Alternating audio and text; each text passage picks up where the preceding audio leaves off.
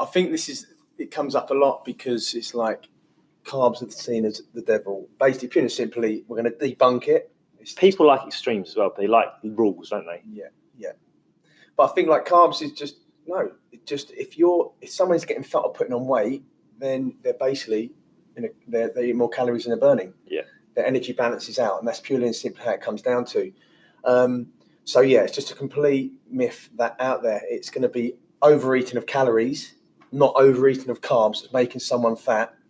And I think what's hugely important is that actually, once someone's hit their right amount of protein for muscle growth, muscle repair, building muscle, then actually carbohydrate is going to come into play for someone that's trying to actually get stronger and build muscle eventually. That's slow performance, particularly, yeah. Carbs hugely important, So I think that, so look, it's energy balance. It's overeating on calories that's going to be the issue, not carbs. Carbs are great. You need them in your diet. You need them to live. It tastes good, man. And they taste good, yeah. So carbs are hugely important and needed.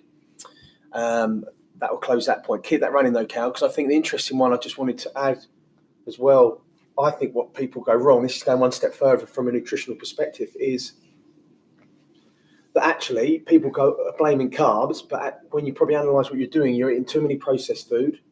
You're not eating fresh food. There's not much vegetables in your diet. Packaged meals, crisps.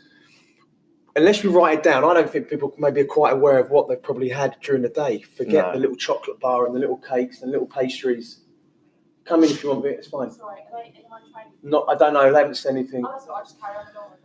And then the cakes and pastries. So I think if people are less aware of what they're probably eating. So that's the issue, not carbs. I think most people... processed foods and junk food and eating the wrong things. I am an advocate for sort of counting your calories or just being aware of what it is you're eating. I don't think everyone should do it all the time, but I think at some point, once in your life or so, you should actually count and actually log everything that you eat, because I think you actually learn a lot from that, and it gives you an idea of what is actually in food. So you start to understand what is in these sort of processed foods, what's in cereal, what's in sandwiches if you go and buy them at lunchtime, etc. And I think without actually doing that, it's almost like you don't want to know type thing. People are not sure at all, and they think, I don't really have too much of that, or there's not too many calories in that. But actually, when it comes down to it, and they actually look on the back of packets, or they add it into MyFitnessPal, etc. Those types of things, it's quite an eye-opening experience. Most people who say, I eat well, well, actually, okay, you may eat well, you may eat the right things, but you may be eating quite too much of the right things, or it's very easy to do. I think just doing it, when you're at the level you want to take yourself to that point where you're trying to lose weight and things, I think it's a really good experience to actually go for. You've done it, haven't you? Yeah. Yeah, you we've all done it to that level. Yeah. And even as a professional athlete, you didn't do it then though, did you? Because at that point you ate and you were intuitive about your body. Yeah, exactly that. But actually going to the point where you want to get lean, not so much, you don't care so much about performance anymore, you want to get lean now, actually. Well, we've done it. Well, you've done it with me when we training program that obviously you created for me this year. With the food perspective, it was how much more are you eating now? It was huge. I mean, when I was at the peak of that, I was probably having about 4,500 calories a day. Yeah, it was about 4,000 calories. It was a lot, and yet not gaining weight either. Not gaining weight. It was literally getting lean and building muscle. So I think it's really good.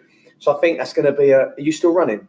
Because I think this is a really good video. So that'd be good to share with people, elaborate on that point. So self-awareness around your food and your diet over a 2-week period, I think is really relevant. Don't have to calorie count, because I think calorie counting can be quite time consuming. Weighing food, it can lead to disordered eating a little bit, where we get very caught up on it all.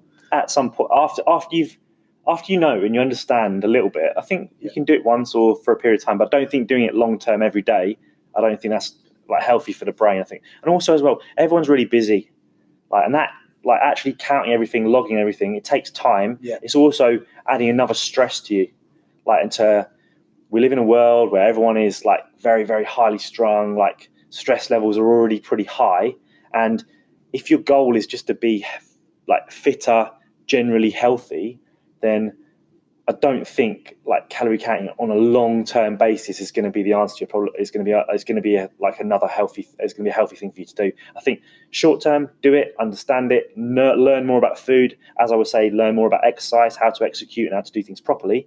But then once you do that, you don't then need to then suddenly do it so much. You can manage things a lot better because you're much more aware of what it is. But if you don't know what it is to start with, you don't know the problem, you don't understand the problem, then you can't really help yourself after that. So understand, find out what is in food, do that, realize that actually it's an energy balance thing. It's not carbs that are going to be the thing that's going to be your issue. And then I think it's huge. I think that you've made such good points there. And then just to leave that on a practical perspective for someone. So literally think, right, for 2 weeks, 4 weeks, whatever, it's a short term, log everything, because MyFitnessPal is great because it has a calorie calculator. So when you input a food, you'll get how much calories are in it.